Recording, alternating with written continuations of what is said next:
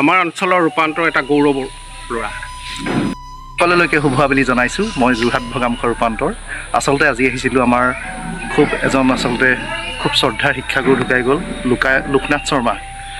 তাতেই মানে তেওঁলোকৰ ঘৰলৈ মই নিমন্ত্ৰণক্ৰমে বিশেষ এটা কামত আজি আহিছিলোঁ আৰু তাতে মই লগ পালোঁ আমাৰ নীলকান্ত শৰ্মা দেৱক। বিয়াত মোৰ ভাল লাগিছে আৰু তাতে মোক কৈছে যে ৰূপান্তৰ তোমাৰ সদায় মই ফেচবুক চাওঁ, তোমাৰ ভিডিঅ'বিলাক চাওঁ, ইউটিউব চাওঁ, বিয়াতে ভাল লাগিছে। কি কয়?